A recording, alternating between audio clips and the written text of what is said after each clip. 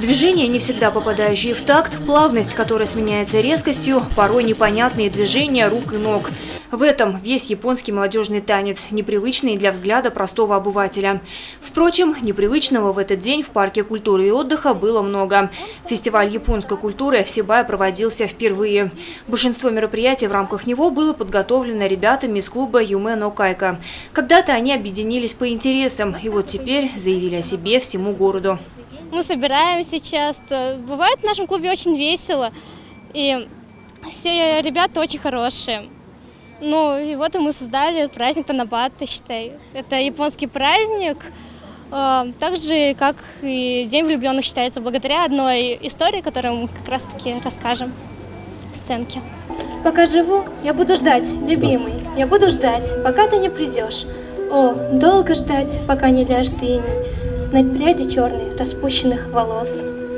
Если в ясную летнюю ночь взглянуть на небо, то можно увидеть Млечный Путь, великую небесную реку. В программе японского фестиваля Танабата история возникновения праздника, мастер-класс по японской каллиграфии, японские и другие восточные танцы, песни, конкурсы, восточные бои. Всех представителей Сибайского клуба японской культуры в толпе людей можно было увидеть сразу. Каждого из них отличал оригинальный наряд. Мне в основном нравится аниме. Я аниме смотрю почти 8 лет, и за это время я посмотрела более 200 аниме. И именно аниме вдохновляет меня на создание некоторых образов и так далее. А вот ты сейчас в каком образе? Я сейчас должна была быть в образе из аниме «Сумеречная дева и амнезия», но меня отняли парик. Мне нравятся традиции Японии и танцы в основном. Вот лично мне нравится больше всего в клубе это танцевать. Ну, также мы занимаемся оригами и рисуем там и так далее. В принципе, в клубе мы очень весело проводим время. У нас там всегда бывает и чаевничаем, и смеемся, и дурачимся, и занимаемся делом и так далее. Японский фестиваль Танабата – традиционное явление для страны восходящего солнца, тогда как для наших краев, конечно, диковинка. А потому посетить его пришли не только горожане.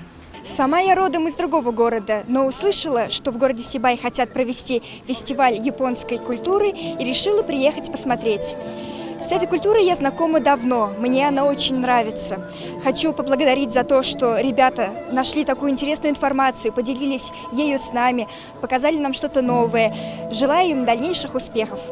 Еще одно яркое мероприятие нынешнего лета осталось позади. Как отмечают хозяева праздника, коллектив парка культуры и отдыха, они всегда готовы поддержать молодые таланты и дать им возможность реализовать свои творческие идеи и мечты.